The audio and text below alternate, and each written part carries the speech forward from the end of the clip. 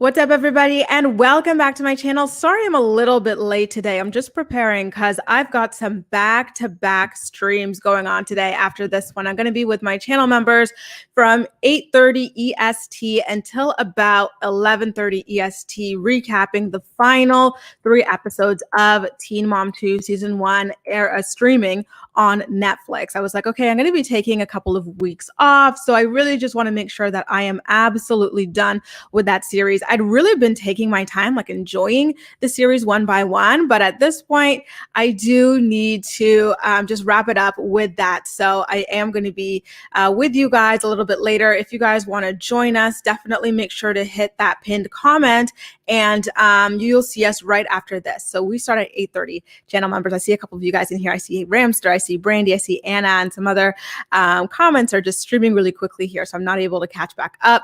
Sorry, I'm looking around a lot right now. I'm trying to make sure I've got all my documents ready for this recap.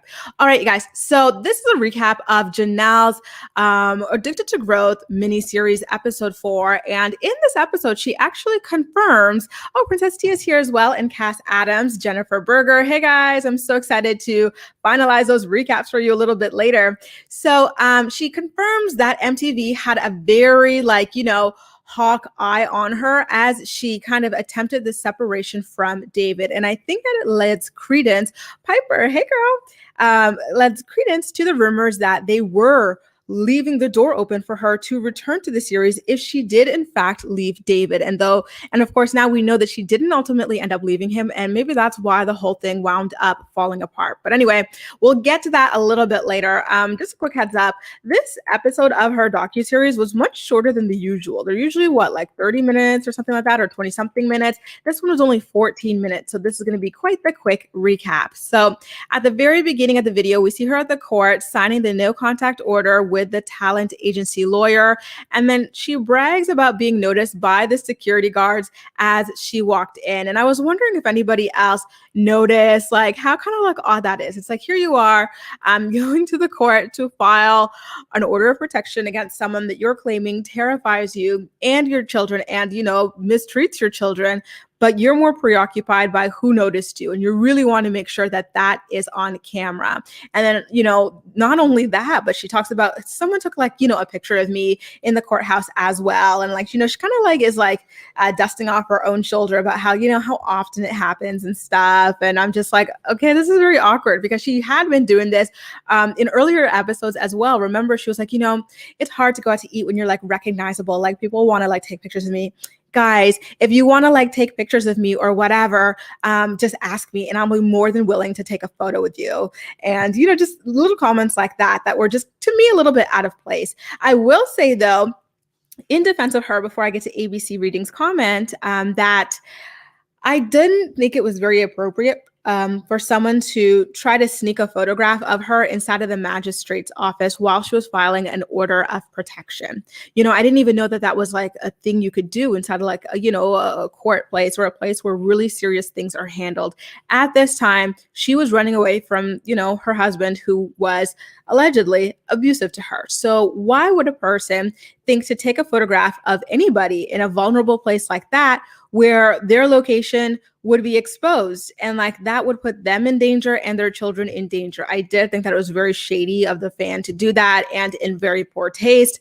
And I found it odd that that's not the same comment that Janelle had about it. She kind of thought it was kind of cute or whatever. It's I still got it. But anyway, leaving that aside, ABC Readings talent. I think you're asking talent lawyer. Yeah, the agency that she was working with issued her one of their lawyers to help her draft that order of protection against David.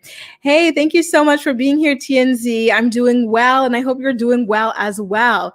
Yes, she does seem to be very obsessed with her. I cannot even count the amount of times, Cass, that she pats herself on the back throughout her series. It's quite wild. Hey, Anna, thank you so much for the support. And Zoe, I'm so glad that you've made it here.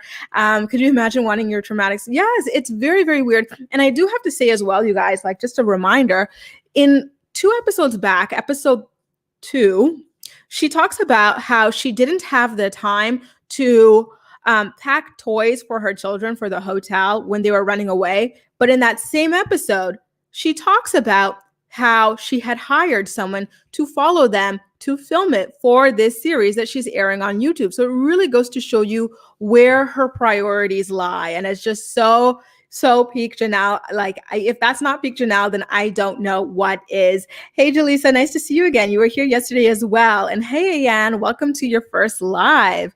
So you guys, moving a little bit along here, the lawyer then tells her, the lawyer then kind of tells her that he's a big fan of Barbara.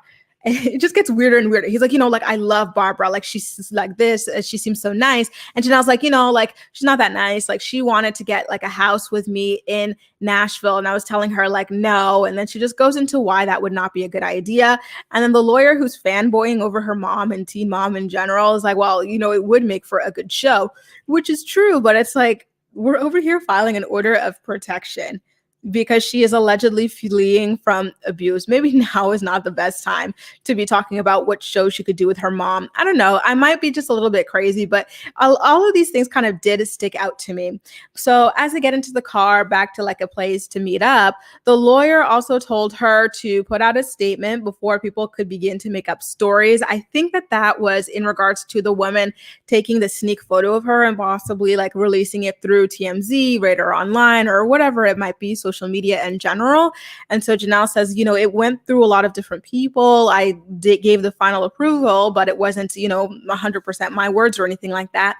And then they agreed to release it on all her social media. So it's Instagram, Twitter, Facebook, you name it, she released it there. And just a heads up that like the editing was a little bit choppy because at this point she's saying that they already released it, but then she's going to go back and show us parts before they release it as they're gearing up to release it. Just a little bit of a heads up there.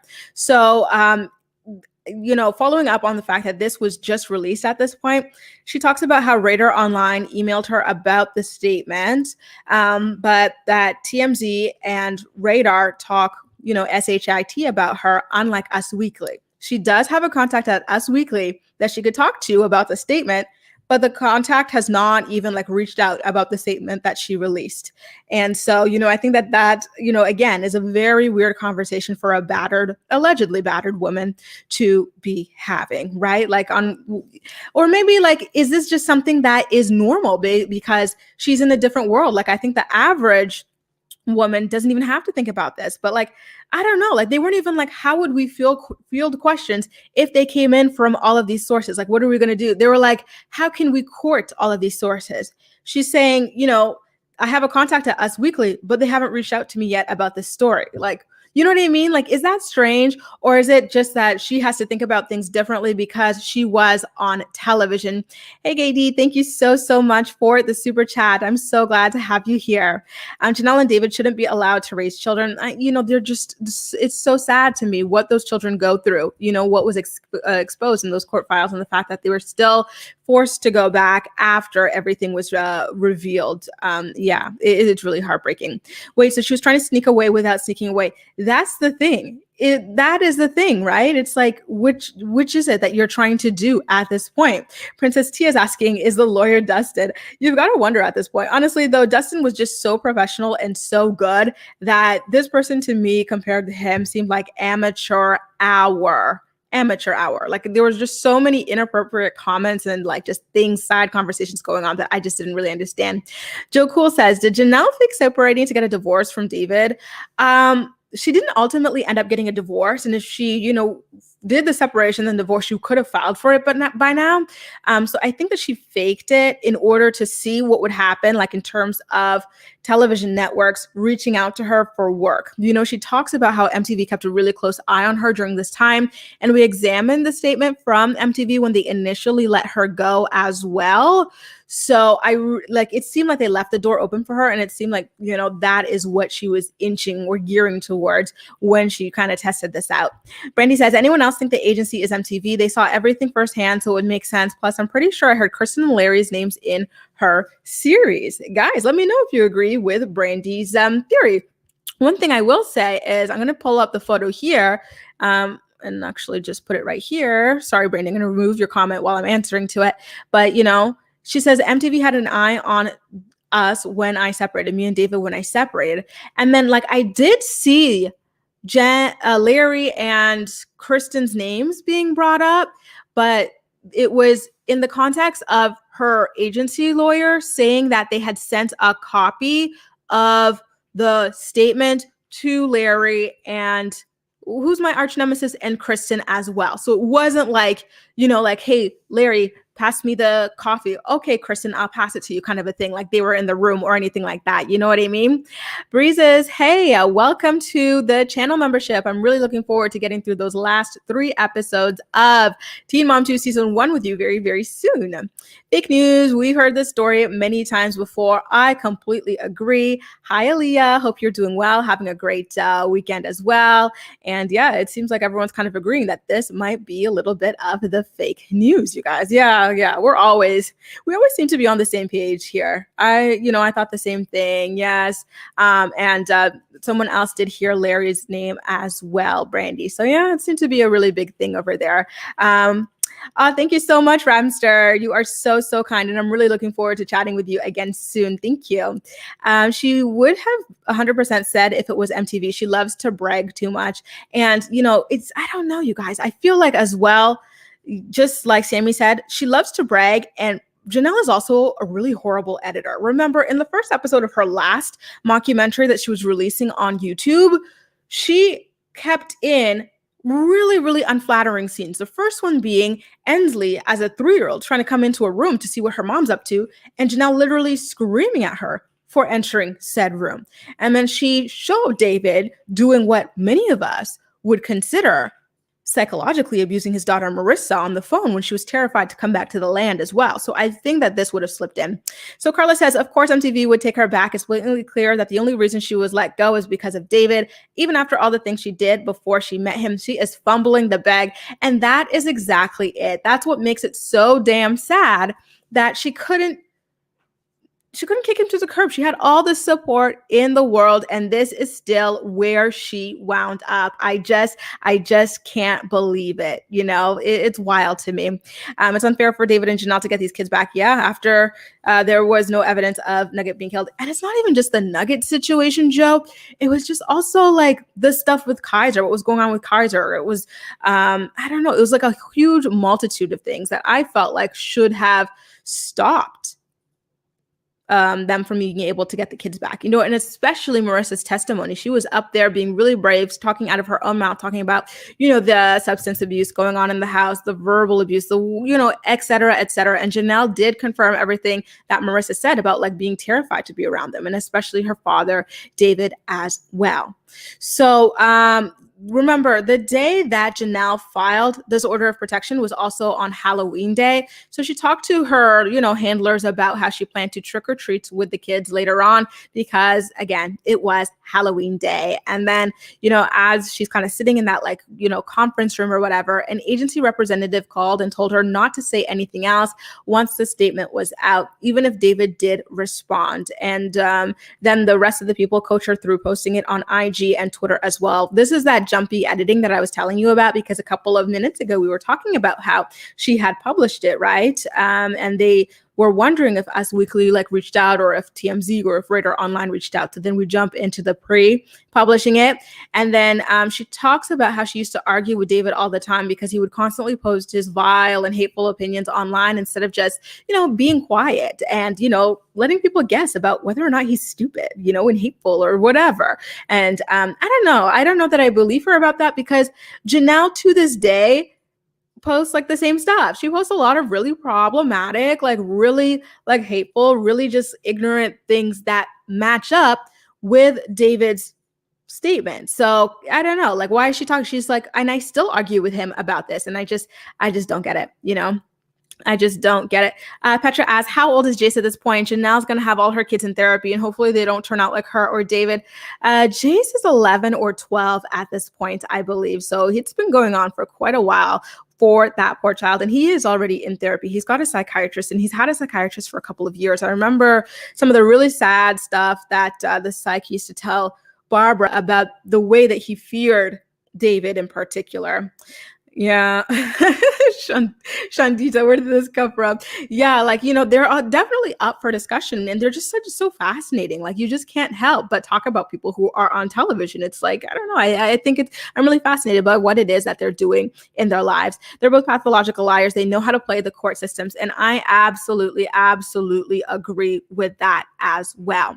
So what goes on after that? So she tells her rep that she says that her reputation was on the line at this point. And I kind of scoffed at it. I was like, listen, your reputation kind of jumped the shark with the first episode of 16 and Pregnant. I don't think she ever had this kind of reputation that was like sterling or anything like that, polished or like respectable or anything like that. So that was a little bit weird. And then again, she kind of talked about how, and let me just post it right here, MTV had an eye on me when I separated from David.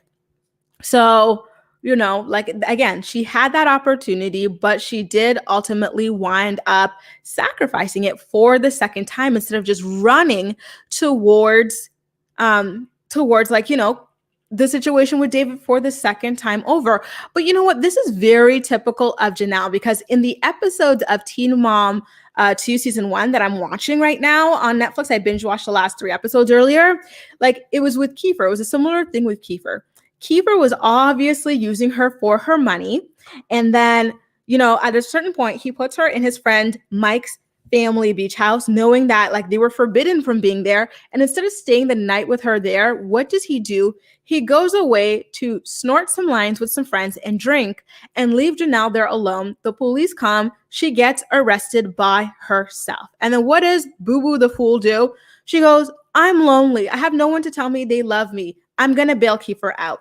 After Kiefer called her twice and never even apologized or anything. Every time he called her, he would be like, are you going to bail me out? So you're going to bail me out, right? Like, he would just be so damn rude. And she ultimately did wind up doing it. So yeah, no. It's not surprising at all that this is exactly what she would be doing at this point, because it is very, very typical of her. So sorry, you guys, I'm trying to see some of these questions. No, this is a gift that I had gotten just before Valentine's Day this year, Jeanette. Nathan had show proof that Kaiser is terrified of water because he fell off David and Chanel's boat and nearly drowned. They never should have gotten those kids back. Oh my God. And the wild part about all of this is that after all the allegations that Nathan made against David and Janelle, he's back kissing their booties, and talking about how David is better than he is right now. Remember, like in his last episode or whatever it might have been, that's what he was saying, that they are better off with David right now. And that is very, very, very sad. Grace, did Janelle ever threaten to sue you? Yes, she did. When I exposed the thing in her first mockumentary where I didn't even expose it. I just repeated what she posted online, which was that Janelle, in the order to get Ensley out of the house, it said that they had enough suspicion that she was either physically or sexually assaulted by either someone in the house or either someone in the house, or that the parents did not do enough to protect her or something like that. I'm paraphrasing. I don't remember it word for word, but it had something to do with those different types of assault as well. And so I just reported it. I posted the screenshot of what it was that Janelle posted. And then she said that the authorities or whatever were going to like sue me or come after me, but I never received such a thing. That's a funny little memory. Thanks for reminding me.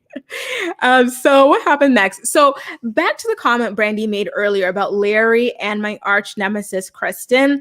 So, the talent agency people are telling her, listen, like, we sent the copy of your statement to Larry and Kristen. And of course, those names together, we all know, mean MTV, Teen Mom 2, you name it. And so, yeah, I definitely, again, think that theory about the revolving door being open for her and that they would have accepted her if she stayed away for real was indeed true. And then towards the end of the episode, she complains that her friends and mom were reaching out to see how she felt. And she actually considers that outside influences. Yeah. And then she had this weird little thing about how people shouldn't be asking you if you're okay or whatever. Like, they should just know, or this or that you're taking care of yourself or whatever. And I was like, I don't know. Like the girl's a little bit strange because, she did used to complain in episode 1 and 2 about how people, instead of reaching out to ask if she were okay, were asking if the news was true. And so now people are reaching out to ask if she's okay. And she's complaining about that too. You really cannot win with Janelle, it seems. And yeah, Callie, it would be a very complicated case for her to fight between the US and France. Very, very complicated case for sure, for sure. And especially when it comes to just repeating what it is that she had already put out there herself. And yeah, I totally agree with you, Chocolate and Glasses, that she claims that she's so past Teen Mom 2, but does continue to talk about it both on her YouTube channel and on her TikTok any opportunity she gets. Hey, Perlita as well.